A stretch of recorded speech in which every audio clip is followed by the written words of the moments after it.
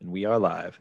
Hello and welcome to the Lion Show. I'm your host, your favorite business coach, Robert Lyon. Today we have the great pleasure of talking to Chris Richards. He's a mindset mentor of six-figure entrepreneurs and people that really want to break through their mindsets or blocks or anything like that. So Chris, thank you so much for coming on today. Why don't you kind of introduce yourself and tell everybody who you are and what you're up to?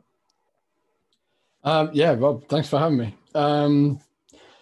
As you say, I'm a mindset mentor for six-figure entrepreneurs who are ready to raise the game, who want to scale the business, increase their prices, basically act on a higher level, but need to change that part of themselves to do it. Most of my clients are dropping back because of fears, doubts, past habits and behavior and things like that. And I'm really here just to drop some value to the audience, anyone listening, and help some people today. That's what I'm here to do. Let's get into it. Let's do it. So I guess what I like to ask all the coaches and all the consultants and stuff like that is like, what's the story that really kind of led you down this specific coaching or this kind of thing? Right. Well, it wasn't until about maybe 3 or 4 years ago that I realized that this was a thing for me. But I had a lot of stored up conditioning, developmental trauma from my younger life. I joined the army at 16, which all normal people do. That started this whole journey of self-discovery and growth. And honestly, there was never really one moment that did it. It's always been this part of me to help people. It's always been an extension of me. And although it's taken a long time to find by doing different things, the truest version of me is one that helps other people and one that gets other people to their maximum potential.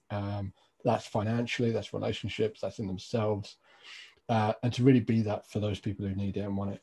And pretty much everything in my life has reflected that. I was in military police, where I was helping a lot of people, that way. I was doing criminal intelligence, helped a lot of people that way. And it really was just understanding patterns, understanding how things click together and how they come apart, and just really seeing through the details to what is creating things. That as soon as I turned it to psychology, I became obsessed. I became absolutely obsessed with psychology and behavior. And I was like, there's so many things that could just, if you change just this one thing here, all of that changes. And if you change this one thing here at the same time as doing that thing, all of this changes. And I became a bit of a mad scientist when it came to that kind of thing. Since then, adding cognitive behavioral therapy to my repertoire, standard coaching, leadership coaching, corporate executive coaching, lots of leadership stuff in my background. You've got a lot of different therapies: somatic therapy, hypnosis, hypnotherapy, various meditations, like you name it. I was just so, anytime I saw a gap in my knowledge, I was like, well, gotta fill that gap. and just, I was like, okay, well, first, sorry, the internet cut out for a second there. Say that again, please. Oh, I just said, yeah, that's awesome. I love it. So you're just kind of drilling in and trying to fill gaps in your knowledge on people's psychology and things like that. Oh yeah. I became passionately obsessed. Yeah. Just completely obsessed with why people do what they do. Why some people say they want to change but don't actually change, why others don't want to change but end up changing, everyone in the middle, right? And I became obsessed with, like, how did someone change their whole identity? And this is something for me as well, because I was a very shy kid. I had a problem with conflict back then. I joined the army to get over my fear of conflict. Like, I have a mentality of just going head on to everything that I want. I don't have a gray area. I'm either on or I'm off. I had a fear of falling my entire life. I had a fear of falling, and I thought, I know what I need: a 30,000, no, not 30,000, that's too high, 15,000 foot skydive. That's what I need. And so I was like, I have a fear of falling. What do I need? I need a skydive. That'll do it. Right. But I'm that way with everything. And anytime I thought, okay, well, yeah, was there a piece missing with the empathy side? Maybe I need that. And all the while, of course, anything I am getting trained in and using with other people, any methodology, any techniques, any tools, any whatever, right? As much as I possibly can, I'm doing it for myself too. So I'm finding the very best people to do it to me. I say to me, with me, whatever you want to call it. So I know what it's like going through the process at the same time as doing this for other people. That's awesome, man. So when you're working with entrepreneurs and they have, blocks or things that are holding them back, what do you think is like the biggest problem that you see people having that you help them with? Oh man, worthiness, lack of self-trust. That would be the two biggest ones. Lack of trust and that feeling of worthiness. A good friend of mine and former client was asked this question. It was asked, so what does it take to go from this level to that level? Very, very successful now. And she just laughed and was like, systems and worthiness. Nail those two, you're done. You're good. Yeah. Like there's not a lot left once you get those two done. Yeah, the amount of people that will sabotage themselves in various and ingenious and very creative ways. And they'll call it all kinds of things. It has many names, but it's worthiness. Yeah. At the heart of it, it's worthiness. It very rarely feels like worthiness. The closest thing I've heard when it comes to people's awareness around this is that feeling not good enough. That's one of the closest I've heard.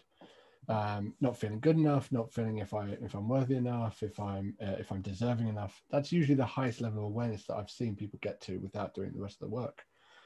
But it can show up in perfectionists. If someone says they're a perfectionist, they got a problem with worthiness and self-trust.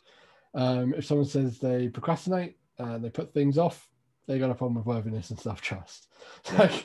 Let's see, what else can we do? Wanting to raise their prices but not actually doing it, that's worthiness and self-trust. Like basically everything comes back to this center pivotal point that unfortunately ties very closely to your environment. Yeah. It ties to your identity.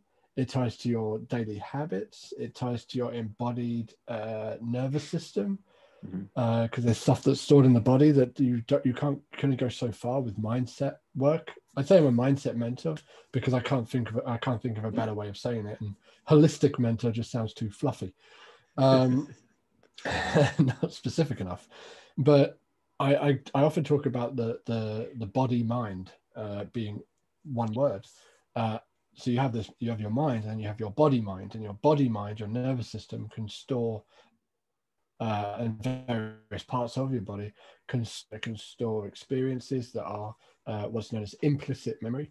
They can explicit. If I said, "What did you have for breakfast?" and you think, "Oh, okay," I think back and I can explicitly remember I had this and this and this. Implicit is much more about the feeling that you got before you knew how to categorize it. So, like as a child, if you went through any kind of trauma or neglect or abuse or anything like that, you don't know how to properly look at that with a grown-up's eyes, an adult's eyes. So, but it's got to go somewhere. So it ends up being stored as implicit memory. And very often that can shape a whole lifetime of decisions and behaviors. And they don't even know why they're doing it, because they've just got this deep down feeling that they're unworthy and shouldn't be loved and should be unwanted. And they're right for feeling unwanted and all this kind of stuff, right? I actually have a theory, just to say one more thing. I actually have a theory that almost all entrepreneurship comes from trauma. Mine does.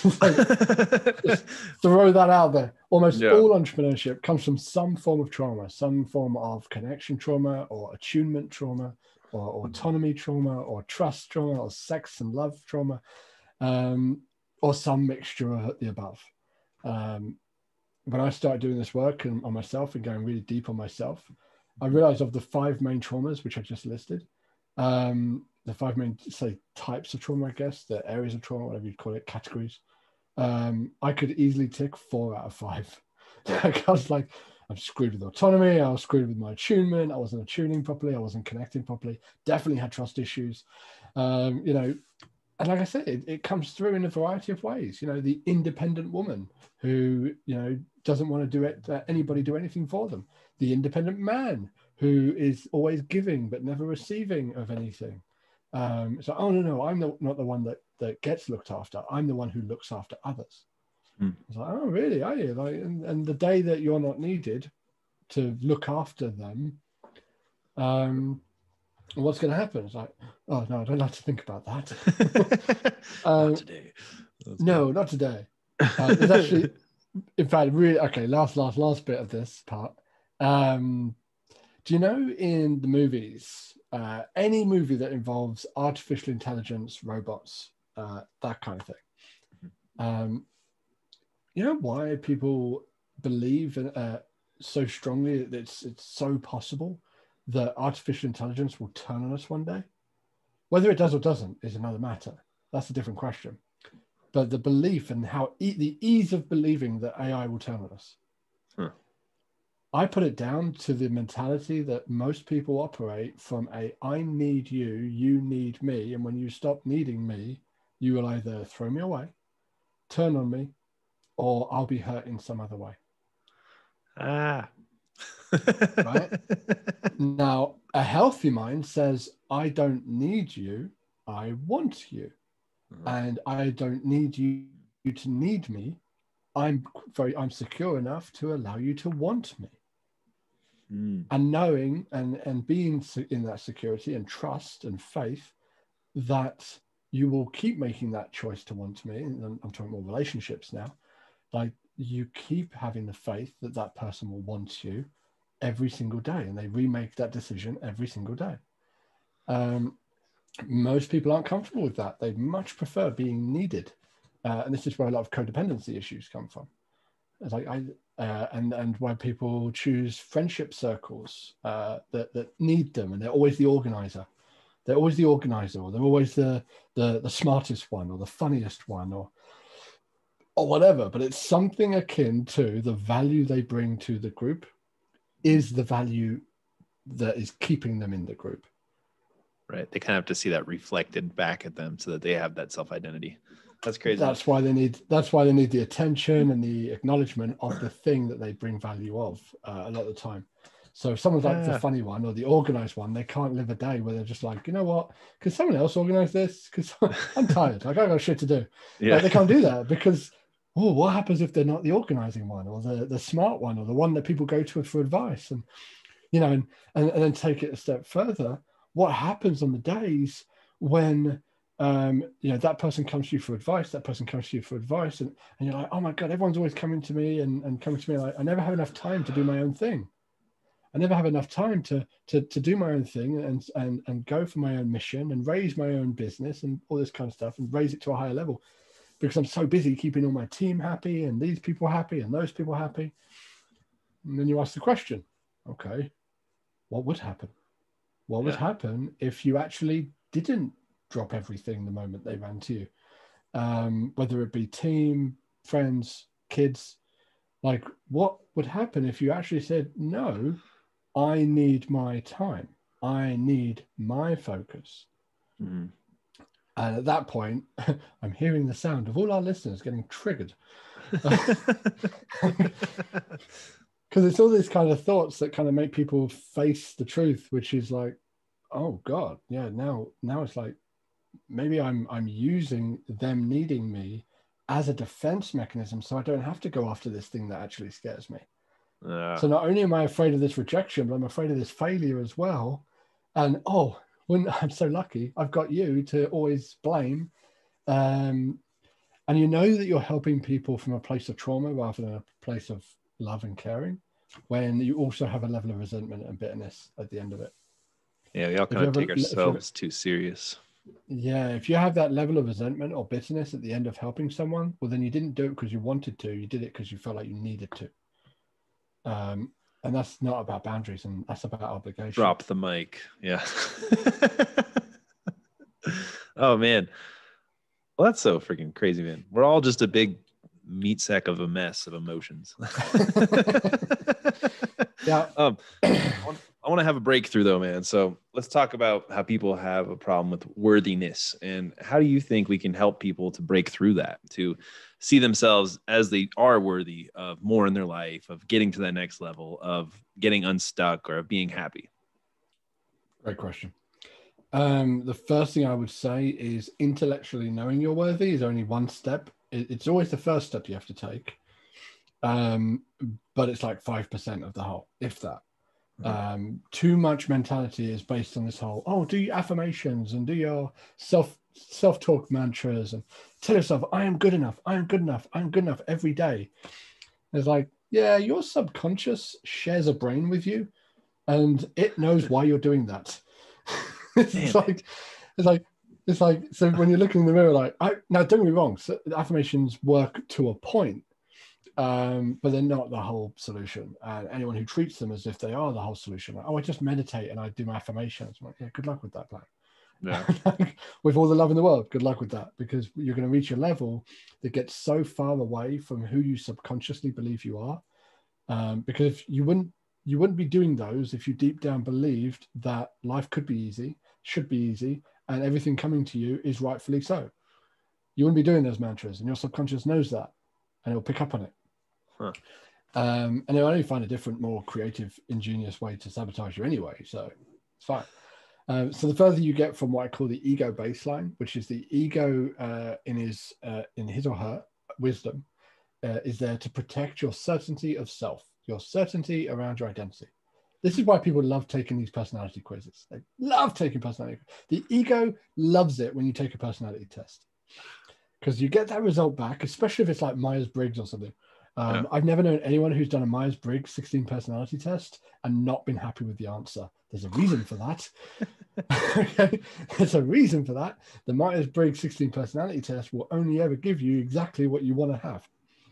That does not mean it's objectively true. It's just it's subjectively what you wanted to have. So it would ask you questions like, do you like being around people? It won't say which people. It won't say family and friends. It says people. And so wherever your mind goes, if your mind goes people equals crowd of strangers, oh no, I don't like that. Well, there's not many people who do, unless they're an entrepreneur who likes standing on a stage in front of strangers and enjoying that part. Yeah. But if it's like people, do you like being around a group of people who know, like, and trust you and love you, and people who you know, like, trust, and love, and you're very comfortable in their surroundings? Most people would say yes. Right.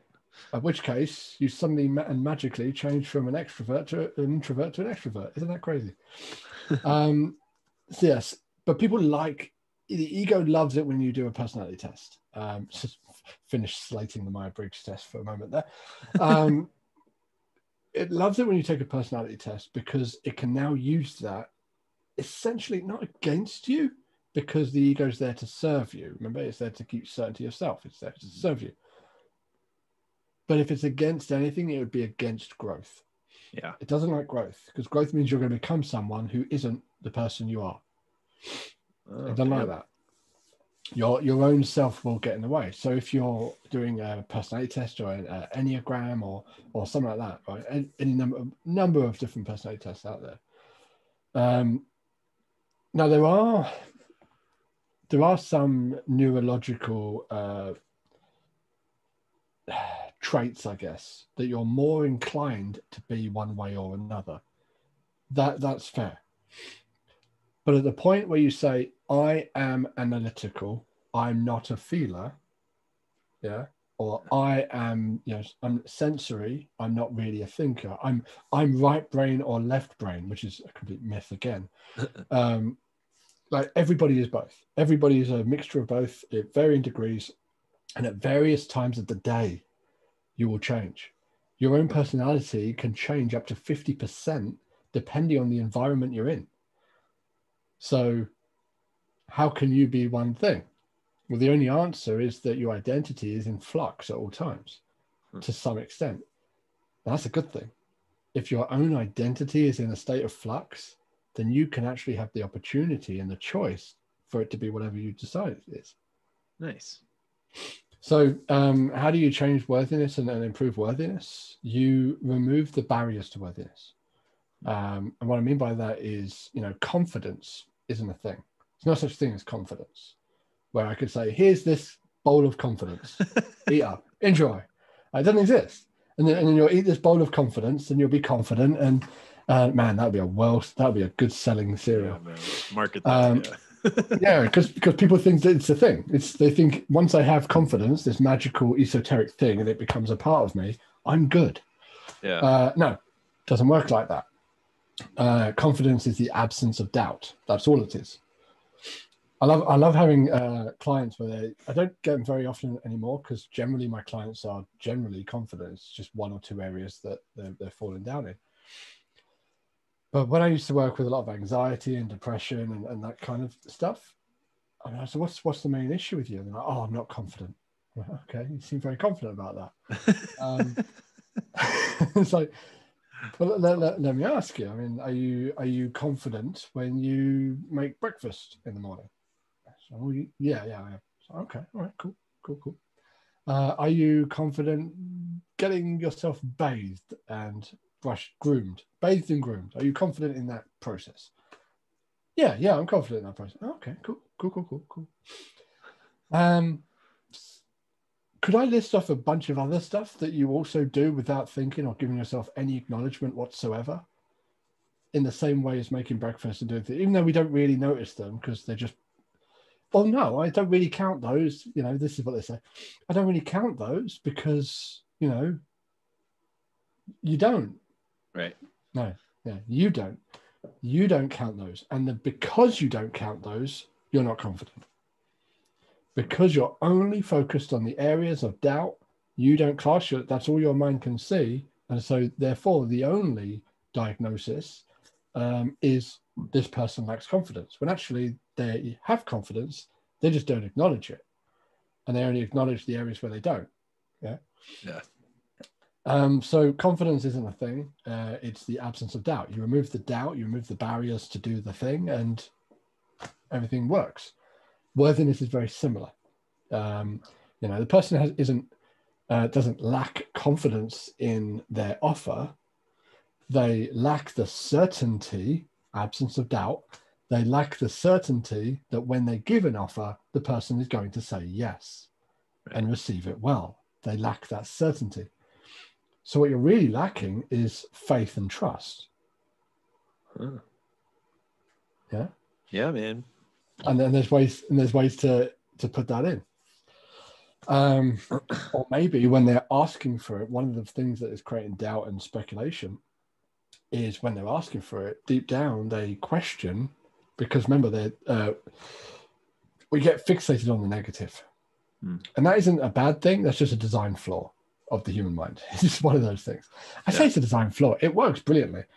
If I were to put you in a room with either the thing or a symbol of the thing of everything you want, perfect relationship, perfect body, perfect this, perfect that, and you're in the room with everything you could possibly want. You push a button and you can eat chocolate without getting fat. Like literally everything is in this room. You'd be pretty happy. Right. Until I walk in and I say, just focus on all this good shit. Well, first of all, your brain will acclimatize to being around the good things. This is why we get the dopamine hit in the anticipation of something good happening.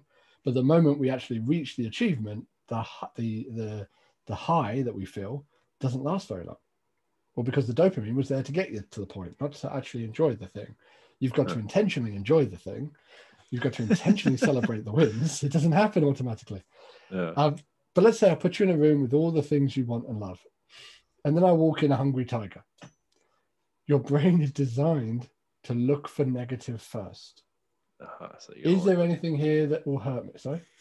You're only looking for the tiger pretty much in a world of perfect stuff. At the moment it walks in, the mind does its job to protect you by saying, okay, where is there fear, doubt, and threat of hurt? Oh, there's a tiger here. Well, until that tiger goes away or moves to a safe distance, your brain will fixate on the tiger, as it should, because if it doesn't, you might die. If you're like, oh, I'll just ignore the tiger and go back to looking at this cruise brochure, this holiday brochure, and then the tiger pounces, like you're dead. That's the logic of the brain. So it's like, let me deal with this threat, and until the threat is dealt with, only then can I move to the good stuff. Well, this is how people get stuck in scarcity mode, and how people get stuck in kind of self-defeating mode, where they're beating themselves up all the time. Because for a lot of people, the tiger never leaves. They're always fixating. When they do introspective work, they start panicking because the first thing they see is negative. anytime they do introspective work? Well, like I just said, your brain is supposed to go to negative first. It doesn't mean that's all there is. Nice. When you do introspective work, if you see the bad stuff and then shy away from it and run away because of shame or guilt or some other fear, well, then you never get to the good stuff. You never discover the wondrous nature inside of you because you're so busy running from the shame. Yeah. So if people are scared of stuff, like, I mean, is the answer to all problems just to go and look in the dark, you know, go to where your fear is and then realize that there's nothing to be afraid of? Or is it like, is there more to really getting over our internal issues, you know, like our mindset? Like if we can, I think you have to shift your mindset and then you have to take action. And then that's going to really kind of instill that you can do this, or maybe you have to fight and work with your mindset every single day, you know, like how do we help people? You never fight your mindset. You never fight your mindset. That's for a start. Never try to fight your subconscious. It's a recipe for absolute catastrophic disaster. And I'll tell you why. Your conscious mind. This is why I laugh at people who say they're woke, by the way. But you'll see that in a minute. Hey, I'm woke, man. Everyone's woke. Apparently, everyone's great. You've got this confirmation bias running at all times. You're always the best in the room. Super woke. You're either always the best in the room. I'm the best at what I do, or you're the worst in the room. Like you never feel like, oh, I feel about average here. Like you're always the best or the worst. Yeah, that's funny. But no, okay. So your conscious mind, that which you are consciously aware of. So which constantly changes. So right now your awareness is on me. If I say, think of your left foot and how it feels, temperature, hot, cold, prickly, not prickly, heavy, light. How your left foot feels. That 2000 has just been redistributed to your foot. And in doing so, you lost a little bit of me. You lost a little bit of focus on me. So let's bring anybody who's still thinking about their left foot back to me. It's the reason why when you're driving in a neighborhood that you don't recognize, you turn the radio down so you can see better. Now that's a joke. Most people laugh at that, but actually, that's legit. Like, right. If you understand how the mind works, then yeah, it just makes sense. You turn the radio down, less input, less overwhelm of the senses. That's all overwhelm is. Too much input, not enough process. I'm just throwing out these definitions. There you go. Overwhelm. Definition of overwhelm. Too many inputs, not enough process, not enough action. But your conscious mind computes at roughly 2,000 little blips every second, which is pretty damn impressive. That's like beyond a quantum computer. That's pretty impressive. 2,000 every second. Cool. This is where you're going to start thinking your brain is Windows 95 when we compare it. Have you ever seen those diagrams of the conscious versus subconscious? And it's a diagram of an iceberg. And if you look at the diagram of an iceberg, if you look at the picture of the iceberg, when it separates the conscious mind and the subconscious below the water, it's roughly a third is above water and 2/3 is below water. That which is subconscious and unconscious, which is not the same thing, but we'll lump them together for the purposes of this. About 2/3, yeah? No, not even close. Not even close. So your conscious mind is 2,000 blips every second. Your subconscious mind blips at 38 quadrillion every second. Now that doesn't mean shit. That doesn't mean anything. It's just a big number. So let's put it into context. If you were to travel 2,000 kilometers, have a look at any map, and anyone listening, you can work this out fairly easy. What city or place is roughly 2,000 kilometers from you right now? For me, it's like maybe Edinburgh, or Italy. Yeah, 2,000 kilometers. Brilliant. 38 quadrillion. Let's look at that. You would have to, first of all, leave Earth. Yeah. You would then have to travel at the speed of light, which, if my math is correct, is roughly 300,000 kilometers every second. 1 second. 300,000 kilometers have just been passed. Yeah. Yeah. You would have to do that at that speed for 4 years. And you'd probably arrive at Alpha Centauri. It's about 38 quadrillion kilometers from us. Yeah. So yeah, speed of light for 4 years is the subconscious, unconscious mind. And you get from here to Vancouver. Yeah. Good luck with that. Good luck with fighting your own brain.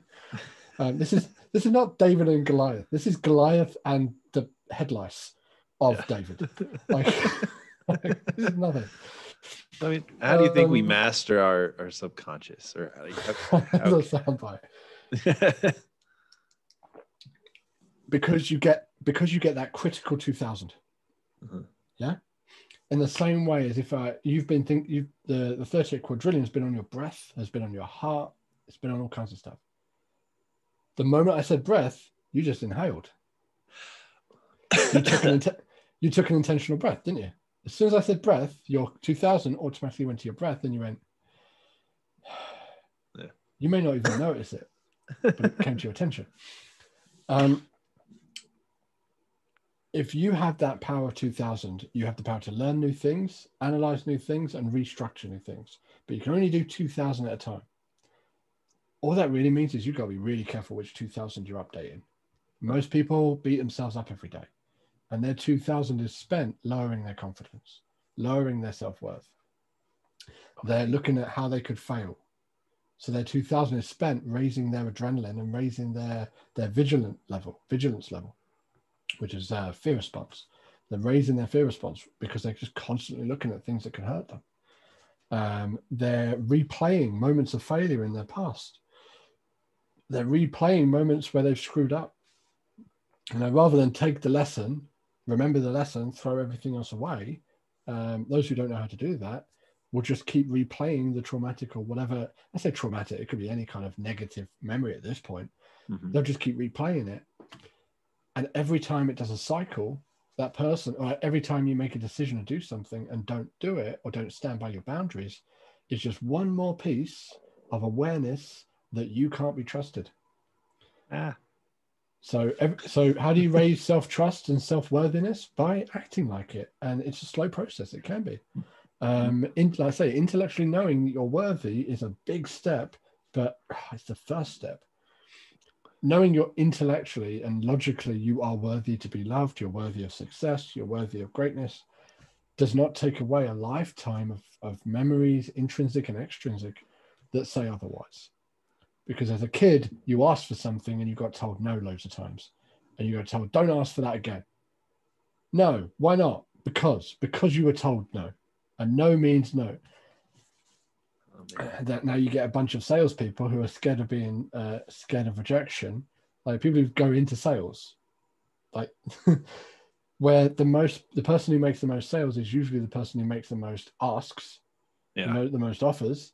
And they've done studies on this where they've separated these two teams, and they had one of them, they're like, try and get it right as quickly as you can.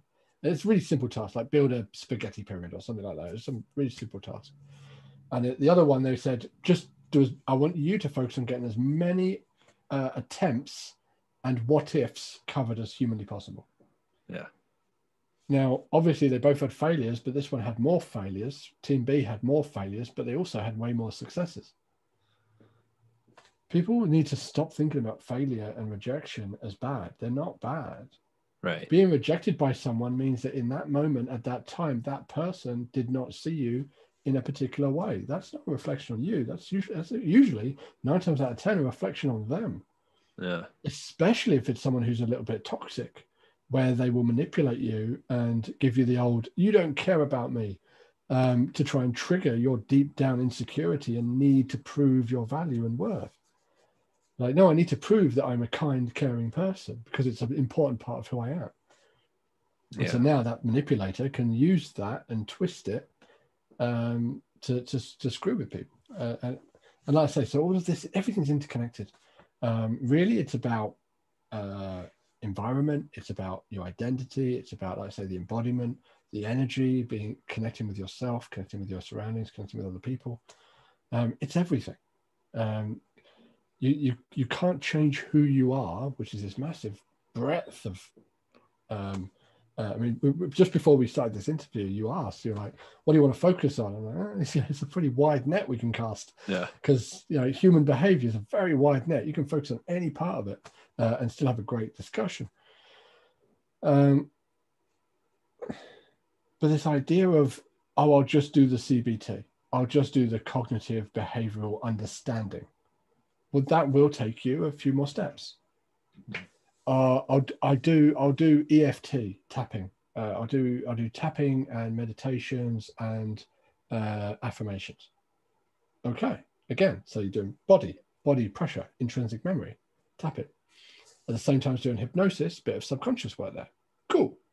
Yeah. But if that person doesn't also do the environmental, the habitual, and the identity, then what tends to happen, because our brains work in associations, is once you finish doing the thing, you'll feel great doing it, but once enough time passes, if you haven't done the other bits at the same time, then the other parts rewrite that back to the way it was.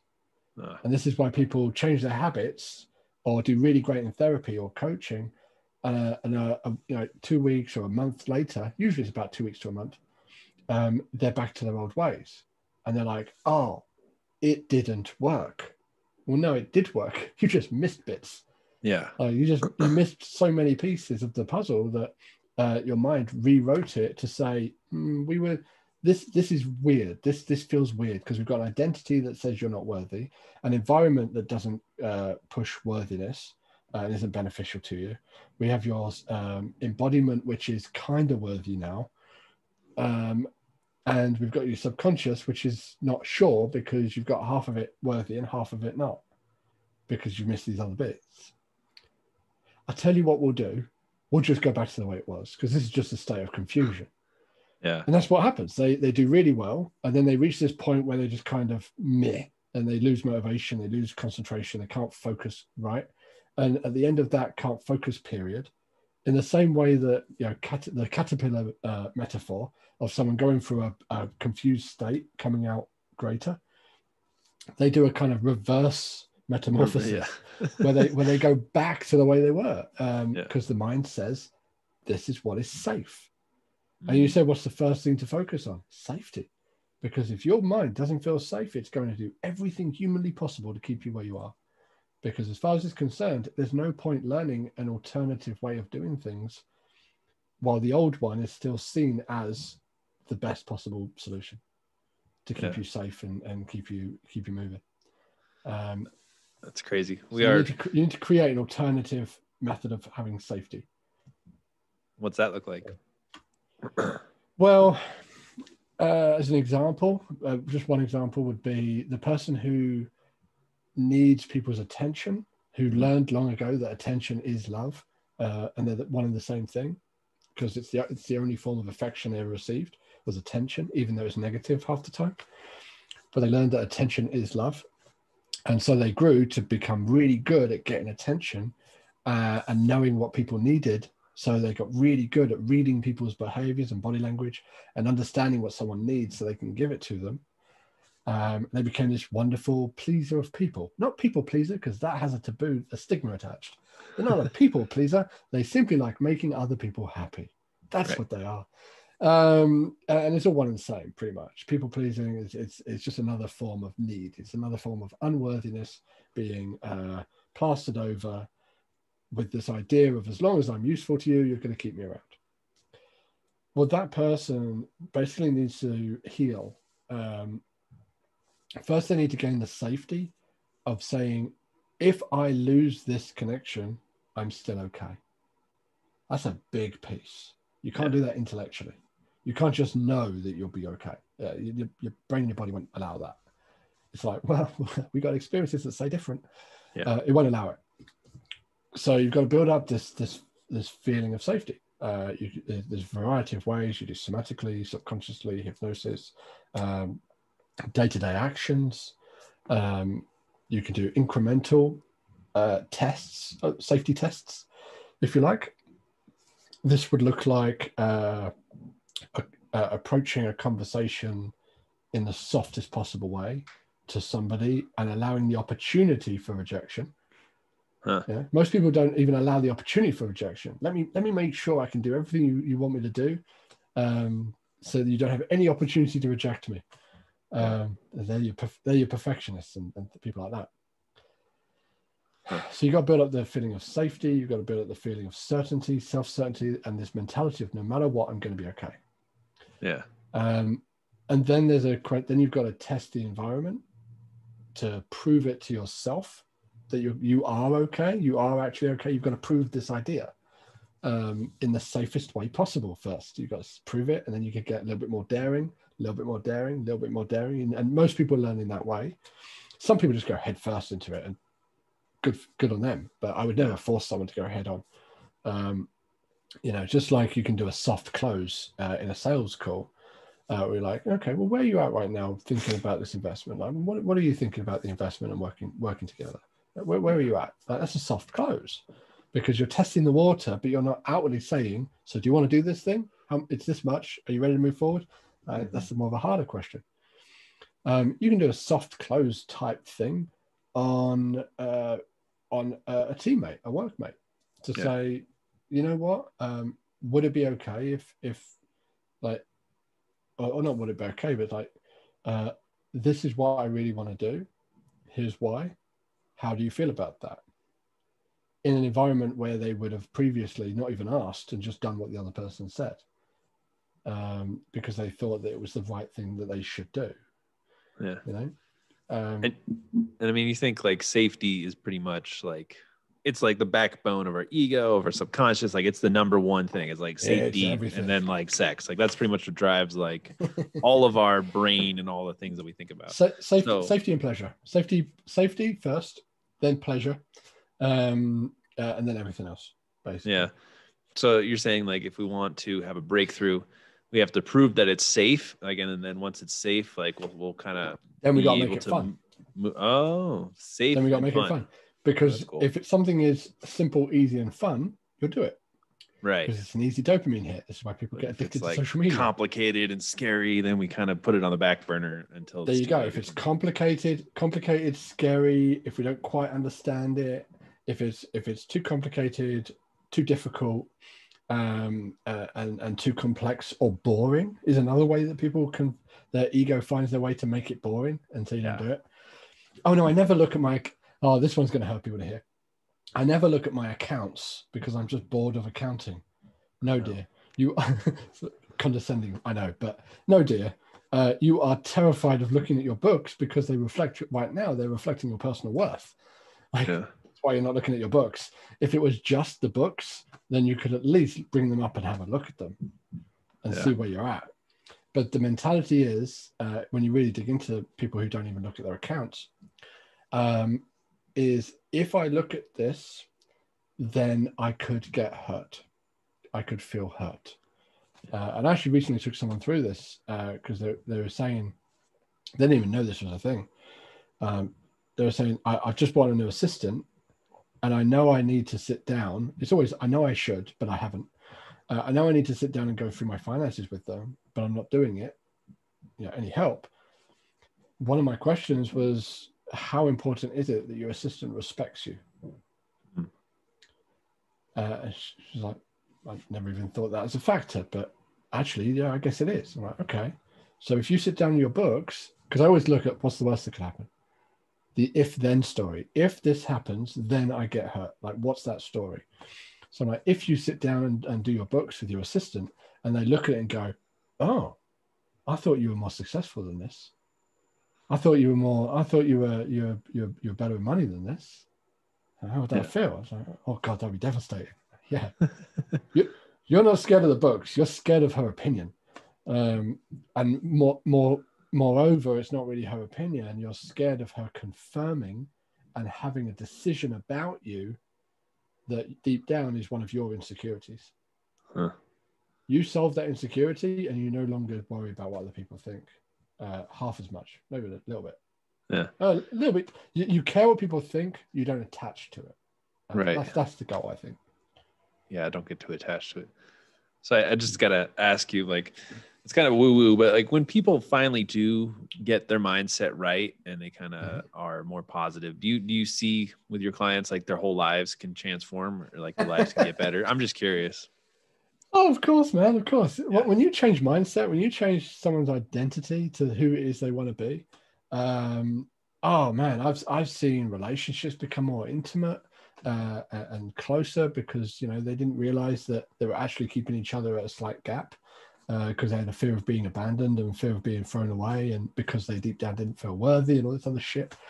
I've one person. All right, I'll give you one. In the last 3 months, let's go for the last 3 months. Here's some of the results that I've had reported to me. Someone who was stuck between around about the 5 to 10,000 a month had $100,000 launch.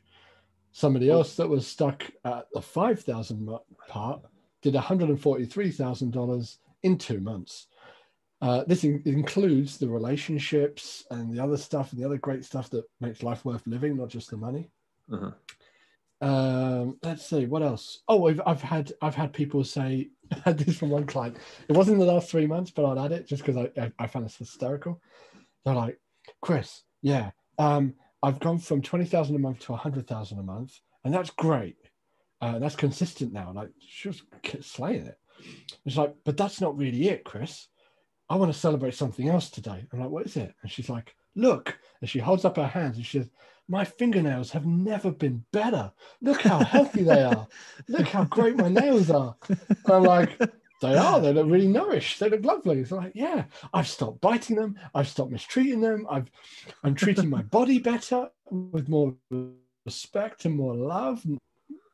That's awesome. But it's a natural thing. It feels natural to treat myself with love and respect. I'm not having to try and do it. I'm not going on a diet. It just is a natural part of who I am to treat myself with love and respect. And now certain foods I deem as disrespectful to who I am as a human being. And so I don't even want them anymore. Like shit I used to be addicted to. I don't even want anymore. And you can remove like sugar, caffeine. You can get rid of all of it. People are like, oh no, that's part of who I am. Like, no, it's not. It's a coping mechanism. Now I drink coffee, but only after I quit drinking coffee for at least 2 months. Because I wanted to show myself that I could live without coffee. And once I'm like, okay, I don't want to anymore. So I brought it back and I now have my morning coffee. What I don't do is have 8 a day. I'll eat some chocolate. Well, I used to be a real chocolate fiend. So it's not just for me, but I do it for other people. And man, when you change your identity and you change the worthiness and you change your rituals and you change your habits and environment and you get all of this holistic picture sorted at the same time, it's all like, say, you configure this piece over here and it changes that, configure them both together and it changes all of this. Well, if you configure 4 or 5 separate pieces, separate processes that usually work on their own at the same time, well, then now you're creating new neurological pathways, which creates a whole new person. Yeah. And it's that mentality of, imagine for a minute, you swapped consciousness and there was no swapping back with Richard Branson. Yeah. As an example off the top of my head. Let's say his consciousness went into you, yours went into him. So now you're in charge of the empire. And he's in charge of your empire. He's in charge of your thing. All of your life, he's in charge of it. Okay. How long do you think it would take for that one to go to the level that you deep down believe you're worthy of? Right. Like, how long do you think it would take, not to sell yourself short or anything, because let's put my brain in Richard Branson. Let's do it to me. Like, how long would it take for my shit to get in the way and not make decisions as fast because now there's so much riding on it. My money, the energetic container of money, I'm not comfortable having billions of dollars, whatever, right? Because my body and my mind hasn't had that before, and it's going to be an energetic shock. And by the way, that's another part of this, which is like the amount of people that have this big launch or their best month ever, and then suddenly stop making offers because they put their ego into a state of shock. Well, this is what it would do. Because their ego's like, too much has changed. Let's quickly go back, pull it back. Right. Yeah. Well, let's go one step further. How long will it take Richard's consciousness in your brain to raise your game and what you're doing up to that kind of level? Right. How long That's till like you quicker, right? Yeah. How long till you have your own airplane company? You know. It wouldn't be long. It wouldn't be long. He'd be on the phone that day. Like, Yeah. like Let's get this plane in the sky. That's funny. 100%. So the question really is, if you were the kind of person who would have a multi-million-dollar business, then how would you behave differently? How would you think differently? How would you feel differently? You start doing that, then it won't be too long before your environment and your reality is forced to change to what you see and create. Yeah, I love that. That's the power of mindset. That's the power. Yeah, so it's the ultimate. I mean, it's interesting just to think about. You can go down so many like little psychological wormholes and stuff like that. Have you read the book, The Big Leap? Oh, of course, yeah. Yeah, I love that book. That book freaks me out every time I read it. But yeah, it talks about how we have a cap at the top, and then we pull ourselves back down, and we hit the bottom, and then we panic at this level, and we shoot ourselves back up. So I like what you're saying about safety. So like, let's say we want to go like higher and bigger than we've ever gone before. We have to like, what are your thoughts just to like improve our mindset or daily habits? I call it the ego baseline. Okay. Similar idea to Big Leap, but I take it a little bit step further because I break it into kind of segments. I've made it my own, and it's not really I've taken it from Big Leap. I've created it myself. Yeah, it's just there. But that's the great thing about human consciousness. Once you get it, there's only so many ways that you're going to teach it. So you can just find your way of teaching it. This is my way. Imagine so your ego is responsible for keeping your I am statement. Yeah. And whatever level it is, even if you don't feel comfortable, if your day-to-day is anxious, well, then that's your day-to-day. That's your normal. And so if you, let's say it's losing weight, if you start gaining weight, let's say it's around Christmas time or Thanksgiving or something like that, and you start gaining weight, you go into the minus figures, yeah? Let's say it's -1, -2, -3. Keep it simple. And then +1, +2, +3. So if it was to physical health and fitness, -1, you're feeling bloated. Day to day, you're starting to feel a bit bloated. At what point does your brain go, shit, something's got to be done about this? Some people touch -1 and go, nope, nope, nope, nope, nope, nope. Their values are so high on physical fitness that the moment they touch that, they're like, nope, backed up here. This is where we belong. Okay, what about -2? You start getting a bit of a pot belly. You start getting a bit of a belly. You start getting a bit chunky, bit chunkier than you were. You're not an absolute hefty one, but you're getting there. Okay. Now, bear in mind, people who are technically overweight as well. This is not victimizing. That person's normal is whatever they are day to day. Yeah. So they're what other people might consider overweight is their normal. Their identity will protect that. So these people, when they go the plus way and they start losing weight and they start building the body that they deep down want, +1 is they've lost a kilogram or two. Right. +2, they've lost 5 kilograms. +3, they've lost like 25 kilograms, and they're now so different to what they deep down think they should be. The body corrects. Right. And the further you get from your ego baseline, what your mind and body deem as normal, think that like an elastic band. It's going to snap you back, but it won't snap you to there. It will take you into the minus figures. It won't snap you to the ego baseline level. For those who can't see the video, it will take you a level below. Because when you like get fit and healthy, but then you put on weight, you never go back to the weight that you were. You go back to a little bit heavier than you were. Huh. Yeah. Oh, man. So how do we break free though? How do we get raise our ego baseline? That's how you break free. That's how you break free. As you increase, as you go into the plus, you bring the ego up and you recalibrate it as this is the new normal. Yeah. And then you go up again and you bring it up and you go up and you go up and you go up. Raise your standards. If some people look at the bank and see $1 million, go financial. Some people see $1 million in the bank. They'll be like, yes, $1 million. Never had that before. Someone else sees $1 million and they'll be like, shit, that's a bad day. That's a bad day. What happened? Right. And they're on minus 25. If they see $1 million, they're minus 25. They're like, this is so far. But Yeah. your Warren Buffett's, your Bill Gates. Like if Elon Musk woke up and was like, his accountant called him up. It's like, yeah, Elon, we got. I got something to tell you, man. Something went wrong. Just $1 million is in the mail, and we're now we're down to $1 million. So we've lost the billions. Yeah. We're down to $1 million. There's $1 million in your bank account. It's gonna be pretty upset. I'd actually be really interested. I'd love to talk to Elon and be like, what would you do? Right.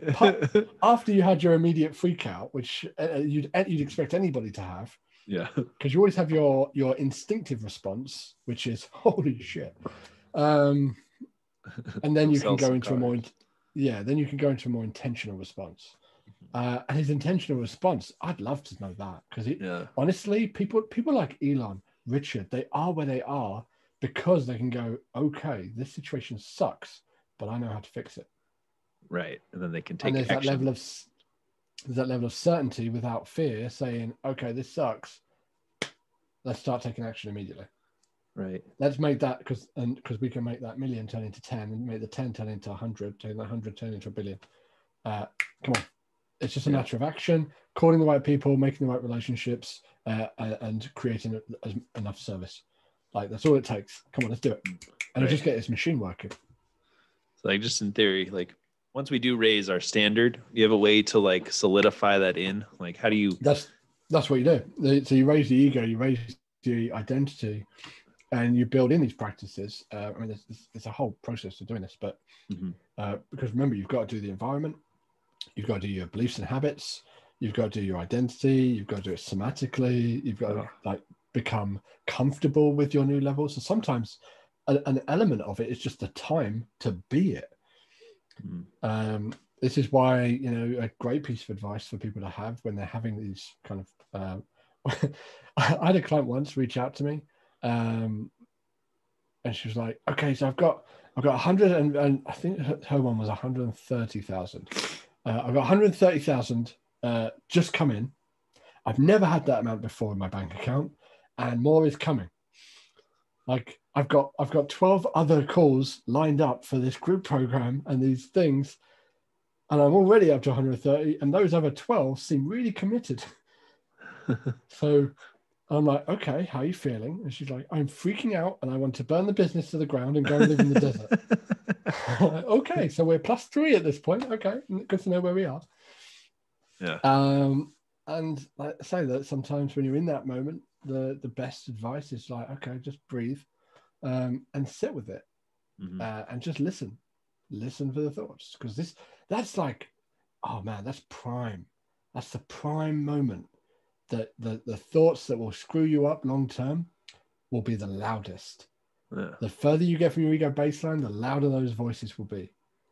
Ooh, that's you're not meant for this. Yeah, you're not meant for this. So the goal should be, how far from the line can I get? Yeah. Because then it'll be really obvious. Or actually, it's to be able to listen and hear the voice before it gets too loud. But if you're having struggle identifying what's holding you back, just get really, really successful, and it'll come to you. Yeah. But I was like, just sit with it. Just sit in this feeling and just allow it. Kind of like exposure therapy. Just sit with it. And as time goes on, the brain has no choice but to notice that no harm is coming to you. Yeah. So at least that's one part of it. At least the threat is going down, because you'll get your spike and then it starts going down. I just realized, man, we're past the hour. This is doing well. Yeah. Okay, so let's see.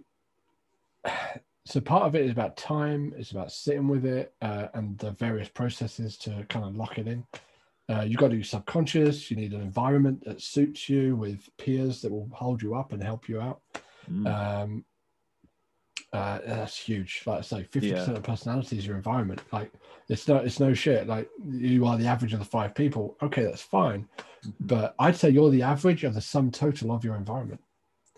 Yeah, because it's not just the 5. If you have the 5 people you spend the most time with, but then you have 15 others who are dicks, it's not going to work too well. Yeah. You're gonna prefer the 5, but if day to day you also got 15 other people that are dragging you down and questioning your dreams and saying, "Hey man, why are you working so hard all the time?" You seem like you're addicted. Do you have a work addiction? No, man, I'm just passionate. If I was a sportsman, if you wouldn't say like, you wouldn't say, oh, Mr. Top Sportsman.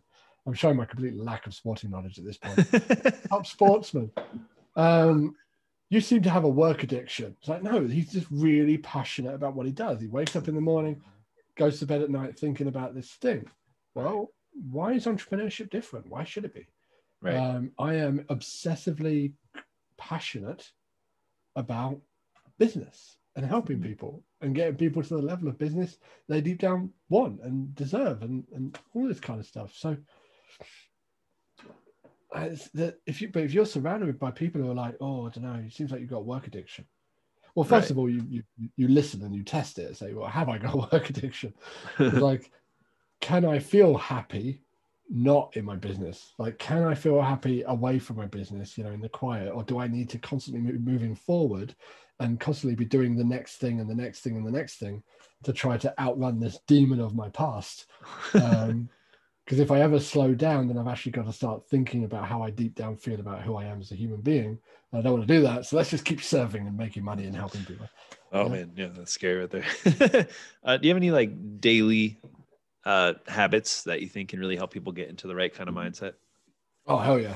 I mean, it's an old one to say morning rituals. I have daily rituals, but I also have 2 kids. So sometimes my morning ritual goes right out the window. Yeah. My morning ritual involves my child my 3-year-old waking me up at some ridiculous time because that's the phase that she's in right now. Like she apparently joined the 5 a.m. club and didn't tell anyone. We're just dealing with this shit now. I'm a parent as well, I'm not just a coach, I'm a parent.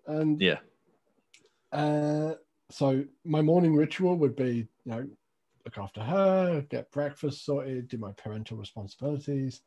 All these people like have a 6-hour morning routine where you're like, and breathe breath work and stuff. Like, no, get out of here, man. This is the real life I live in.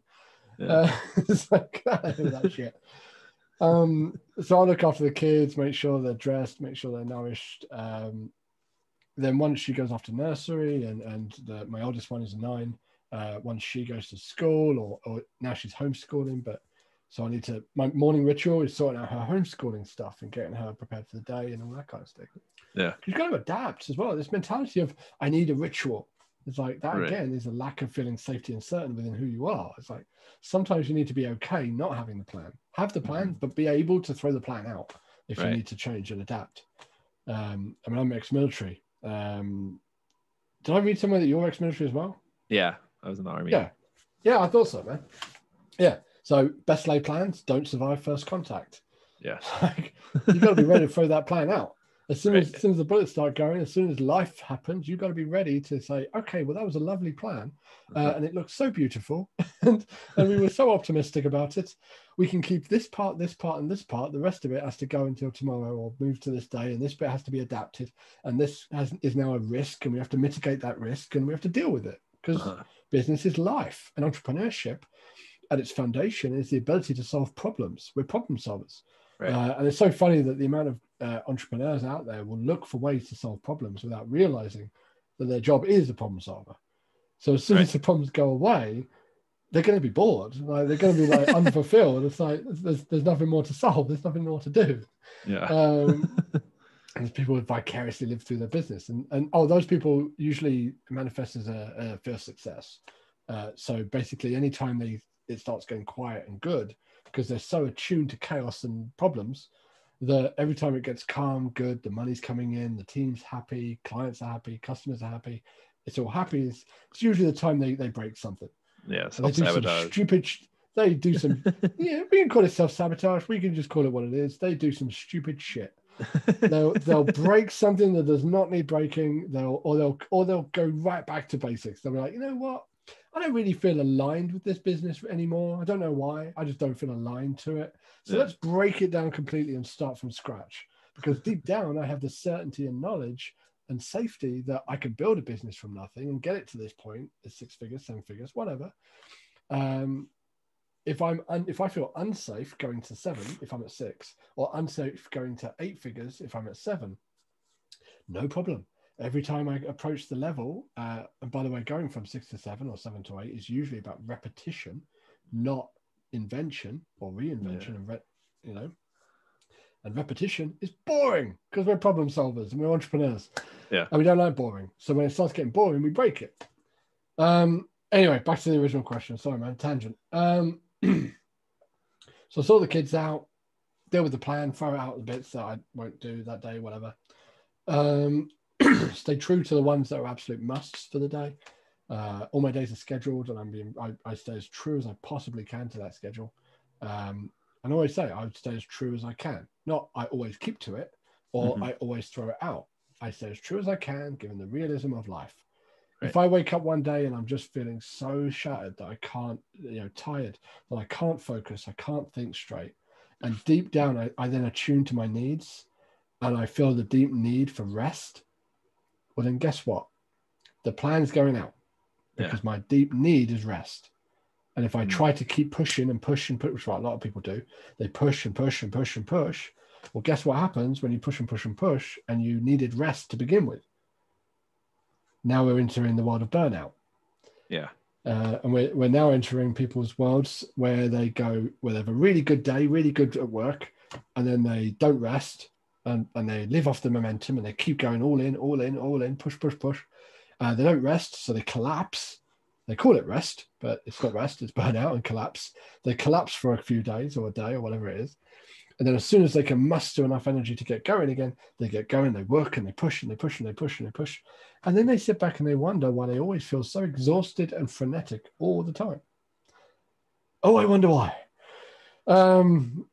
So sometimes I will look at my schedule and I'll say, you know what, I need rest today, or I need to focus today, or I actually need to focus on one task today and put everything else out. I'll do that. I'll always meditate every day. I'll always do somatic connection every day, or connect with my body and feel in my body what I need. What's that? What is somatic? Whatever you say. Oh man, we don't have time to go into that. We're already past sorry. A long time, but it's essentially it's in layman's terms, it's connecting to the body. That's it. Being able to connect to the body and speak the language of the body, to know what you deep down need. Nice. Not from an intellectual standpoint. Generally people are so in their feelings and their emotions and their overwhelm and their stress and all this other stuff that it's just so noisy that they never can just hear the body. The body's very quiet, and you've got to be able to listen to it in a very particular way to really connect and tune into it. That's cool though. It's very cool. Yeah, very, very cool. So I'll always do that. I'll work out every day. That's a new thing for me. Every day I've got time to do some kind of workout. For those people who are like, oh God, I never work out, I'm gonna have to work out every day now. No, move every day. If you're at 0, go to 1. Don't go to 10, because your ego will have a spaz attack. Go to 1. Go from 0 to 1. Improve yourself a bit in one area, and when your body feels, okay, this is normal, I can keep this going. Because there's an old saying when it comes to like fitness programs. It's like, what's the best fitness program? The one you keep to. Right. That's the best one you can do. It's not the best nutrition, the best this, the best that, the most exercise in whatever area. It's the one you're going to be consistent with. That's the best one. Because if you're not consistent, it doesn't matter how good it is. Right. Same with work and showing up online and doing content. Oh, what's the best content plan? I don't know. How much do you show up now? Yeah. Because if you're barely showing up now, you're putting up posts, but only 1 in 3 is even work related, showing people and showcasing what you do. Well, then trying to push yourself to make 3 Facebook posts, 2 Instagram posts, 3 emails, and whatever else, and throw in a few streamlines at Facebook streams, and why not open a YouTube channel while you're at it, and do Clubhouse, and do Twitter, and you start a podcast. That's how you make yourself known. Yeah, you will burn out on day 1. Right. Yeah, not doing that shit. Your brain will go no, and no, and you'll weirdly find yourself in a place where you just can't bring yourself to do it. And that I can't bring myself to do it is your ego going, big bag of nope. Big bag of nope. Not happening. That is way too far from what we believe we are worthy of, what we believe we are deserving of, what we believe who we are. It's way too far. You ain't doing it. No. And it will sap your energy. It will sap your concentration. It will take away all your motivation. And you'll just be like, I just feel really lazy. It's like, you're not lazy. Your ego's going nuts. Your ego and fear are going so crazy. And they have the power to remove physical energy. They have the power to make you feel lethargic and tired. Because as long as you're tired, you can't take focused action. If you can't focus and you don't have the energy to do something, brilliant. Most people don't have the discipline to keep moving forward past that point. Or rather, they don't have the attunement to, instead of pushing through, which is what people call discipline, push through it. Do it when you don't feel like it. Okay, they're ex-military, both of us. There is something to say about discipline. Being able to do it when you don't feel like it. Sometimes, yes, you need that. Absolutely. You need a bit of grit, bit of brute force and ignorance occasionally. Other times, it's about turning the opposite direction and say, okay, ego and fear, why are you being such dicks? Why are you getting in the way? Why are you getting in the way of this? Like, what are you really worried about? At which point, if you create and you cultivate a relationship with your own ego and your own fear, they'll tell you. Like, they're your risk advisor. That's what their job is. They'll be like, if you do this, then people will see that you're nothing special. Okay, well, that's cool. I'm special in this way for that particular kind of person. They will deem the thing that I'm doing special. But there's a lot of stuff you got to deal with when it comes to if that's the voice that they're trying to give you. Yeah. Oh, they if you do this, then it will become completely inescapable that you've got problems too. And you're a hypocrite. You're a hypocrite because you've got problems too. You can't help people while you've got problems. Look at all these posts that Fear has very helpfully catalogued. All these social media posts saying if you aren't sorted yourself, you shouldn't be helping other people. Look at all these posts that say that. Right? Get out of here with that shit. It's like you can absolutely help other people while working on yourself. There's nothing wrong with that at all. I mean, there's a level where you really project trauma on other people, but most people who worry about that, if you are attuned enough to worry about that, then it probably isn't as much of a factor as you really think it is. Right. Because if you're that attuned, well, then you are that attuned to know when you're projecting, or at least be able to catch it. The vast majority of the time. And that's all you really need to help somebody. The vast majority of the time, serving for them and being there for them. Yeah.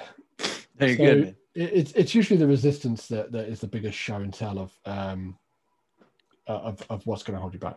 That resistance will show you if you know how to listen, that resistance to doing certain things, to being certain things, to showing up as certain things. Oh, I need to be a leader. I need to be seen as a leader. I need to be seen by these particular people as a leader, and they need to respect me. It's all gonna, if you know to listen to it rather than to judge it or to beat yourself up for it, or any behaviors that you're doing repeatedly. Oh, I meant to do that thing and I still haven't done it. Okay, well, rather than I still haven't done it, which is beating yourself up, say, okay, I haven't done that thing again. Yeah. Oh, I wonder why. And get curious about it. I wonder why. I wonder why I might want to avoid this thing. You know, is it really that I'm not aligned to it? Or is it that I'm afraid that if it goes well, scary thing, or if it goes badly, scary thing? And so I'm going to avoid that threat completely by not doing it. Which again is very, very common pattern. Yeah. Well, at least you're bringing it up, and everybody listening is like, "Oh, damn, I got that going on." Yeah, I can hear the pens on the notepads.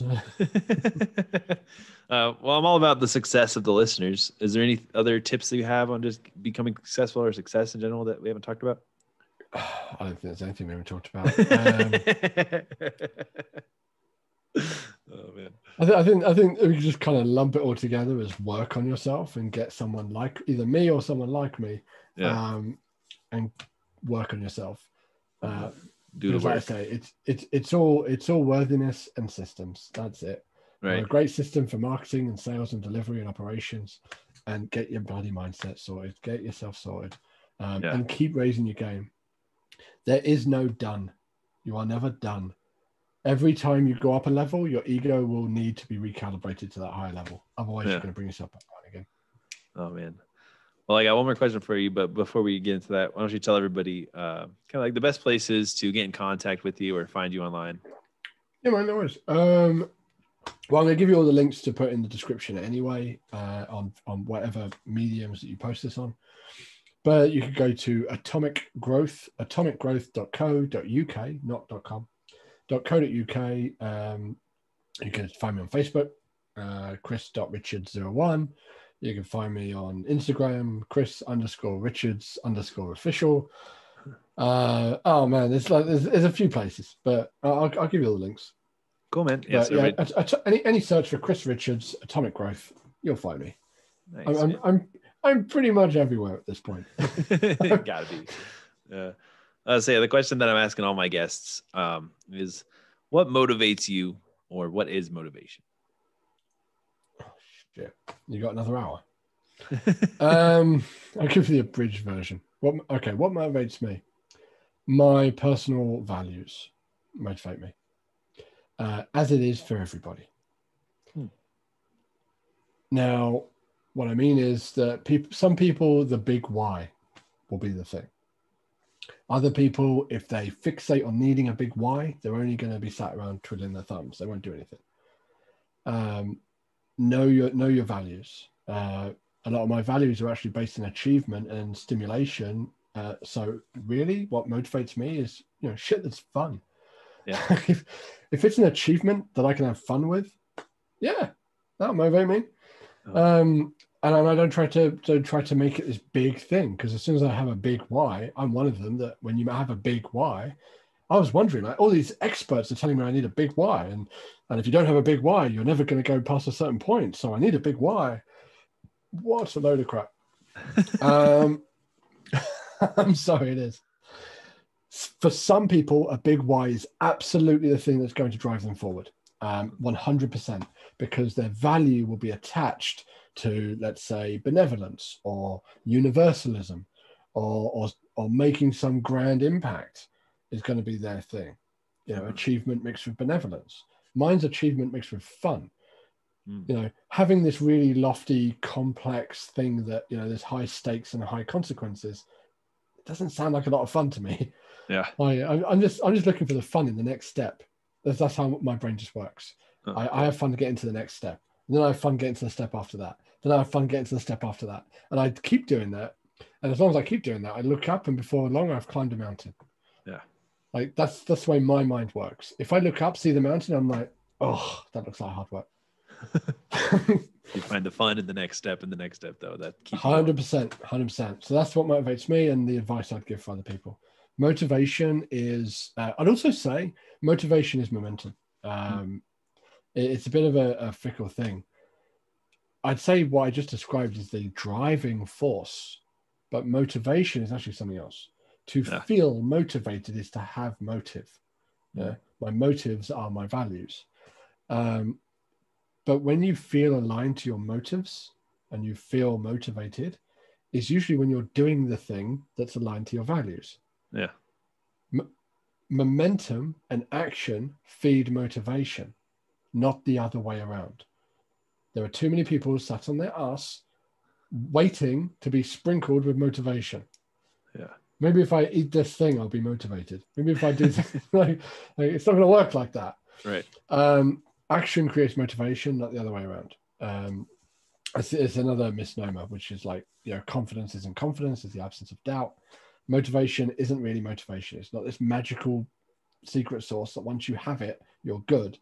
You've got to get up and actually start moving and be in an environment that encourages that movement and will kick your ass if you don't move in that way, or hold you accountable to it, whilst also being aligned to your values and having your identity and your worthiness going in the same direction. Like, you've got to have it all going in the right direction. Right.